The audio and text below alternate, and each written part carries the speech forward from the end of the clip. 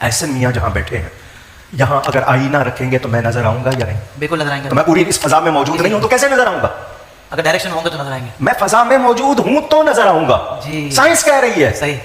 آپ سائنس کو لے لیں. ہم نبی پاک کو نورانی اور روحانی طور پر حاضر و ناظر مانتے ہیں, جسمانی نہیں مانتے. بالکل ٹھیک. اپنے جسم اقدس کے ساتھ وہ مدینہ منورہ میں سبحان ہے, اللہ. اپنی نورانیت کے ساتھ پوری کائنات میں ہے. واہ واہ. جو نہیں مانتا مجھے یہ بتائے شیطان کہاں ہے, پوچھنا چاہوں گا اس سے. اللہ اکبر. آپ کہتے ہو ہر شخص کے ساتھ ہے.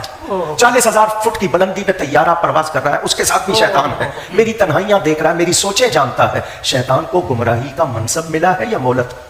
مہلت ملی ہے. جس کو صرف مہلت ملی ہے اس کے لیے ہر کمال مان رہے ہو. جس کو بسم اللہ الرحمن الرحیم. السلام علیکم لسنر. اب یہ نورانی صاحب کی مثال آپ دیکھیں تو سن کر حیران ہوں گے. میرا دل تو چاہ رہا ہے اسے بہت کچھ کہوں, لیکن آج اسے چھوڑ دیتے ہیں. بڑی عجیب سی مثال دی ہے, اور پھر حاضر ناظر والے عقیدے کو سمجھیں, کیونکہ میں نے آپ حضرات سے کہا تھا کہ اگلی ویڈیو میں ہم بات کریں گے حاضر ناظر پر. سب سے پہلے دیکھیں کہ ان کے جو شیخ ہیں, شیخ احمد رضا خان, انہوں نے قرآن کریم کے ترجمے میں بھی ایک ڈنڈی ماری ہے. ڈنڈیاں تو اگرچہ بہت زیادہ ہیں, لیکن ہم آپ کو ایک ہی دکھاتے ہیں, اس سے عقیدہ حاضر ناظر آپ کو سمجھ میں آئے گا. سب سے پہلے یہ سمجھیں کہ عقیدہ حاضر ناظر ہے کیا. حاضر ناظر دونوں عربی کے لفظ ہیں, اور دونوں کا معنی ہے ہر جگہ موجود ہونا. تو ہر جگہ جو موجود ہے وہ ایک ہی ذات ہے. سورۃ بقرہ میں ہے قُلِ اللَّهِ الْمَشْرِقُ وَالْمَغْرِبُ فَأَيْنَمَا تُوَلُّوا فَثَمَّ وَجْهُ اللَّهِ. مشرق ہو یا مغرب, تم جہاں بھی منہ کرو ہر طرف اللہ ہی کو پاؤ گے. تو حاضر ناظر ذات اللہ ہی کی ہے. یہ رسول اللہ صلی اللہ علیہ وسلم کو بھی حاضر ناظر سمجھتے ہیں, جو کہ بالکل غلط ہے اور قرآن کریم کی تعلیم کے بھی مخالف ہے. آپ سب سے پہلے قرآن کریم کی 2 آیتوں کا ترجمہ سمجھ لیں, پھر اس بات کو سمجھانا آسان ہوگا. اور پھر احمد رضا خان بریلوی حافظہ اللہ کی قرآن کریم کا ترجمہ بھی آپ کو دکھاتے ہیں. قرآن کریم سورۃ اسراء ہے, جس کا دوسرا نام بنی اسرائیل بھی ہے. آیت نمبر 1 ہے, فرمایا سبحان الذی اسریٰ بعبدہ لیلا. ہم نے اپنے بندے کو سیر کروائی رات کے کچھ حصے کے اندر. اب کہیں پر یہاں پر بندہ کہا ہے, اور بندے سے مراد حضور نبی کریم صلی اللہ علیہ وسلم کی ذات ہے. دوسرا فرمایا قل انما انا بشر مثلکم.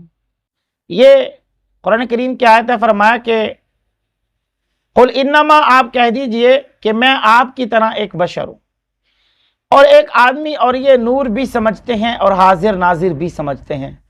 نور ہی کی وجہ سے دراصل یہ حاضر ناظر کہتے ہیں.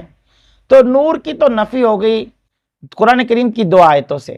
ایک سورۃ اسراء یعنی بنی اسرائیل کی آیت نمبر 1, اور دوسری میں نے کہا کہ قل انما انا بشر مثلکم, کہ آپ کہہ دیجئے کہ میں آپ ہی کی طرح ایک بشر ہوں. یہ سورۃ کہف ہے, اور اسی پر یہ حاضر ناظر سمجھتے ہیں. اب حاضر ناظر میں ان کے جو شیخ ہیں احمد رضا, انہوں نے کیا ترجمہ کیا. سورۃ احزاب ہے, فرمایا یا ایھا النبی انا ارسلناک شاہدا.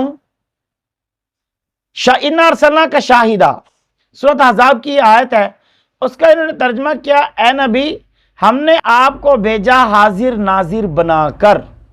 ترجمہ کیا ہے جی؟ ہم نے آپ کو بھیجا اے نبی حاضر ناظر بنا کر. یہ ترجمہ میں سکرین پہ لگا رہا ہوں, آپ دیکھ سکتے ہیں, اور اس کے قرآن سے بھی آپ دیکھ سکتے ہیں. آج کل تو سرچنگ کا دور ہے, سوشل میڈیا کا دور ہے, نیٹ سے سرچ کریں, اس کا ترجمہ آپ کے سامنے آ جائے گا, اور آپ قرآن کریم سے اس کا ترجمہ دیکھ سکتے ہیں جو اس نے لکھا ہے. باقی قرآن کریم میں کوئی ترجمہ کسی مفسر نے ایسا نہیں لکھا کہ اے نبی ہم نے آپ کو بھیجا حاضر ناظر بنا کے. شاہدہ کا مطلب اس نے کیا ہے حاضر ناظر, آپ دیکھ سکتے ہیں. لیکن حضرت صاحب نے سورۃ بقرہ کی آیت ہے, سپارہ نمبر 2 ہے, سیقول کا سپارہ ہے, اس میں خود ہی فرمایا وَكَذَلِكَ جَعَلْنَاكُمْ أُمَّةً وَسَطًا لِتَكُونُوا شُهَدَاءَ عَلَى النَّاسِ.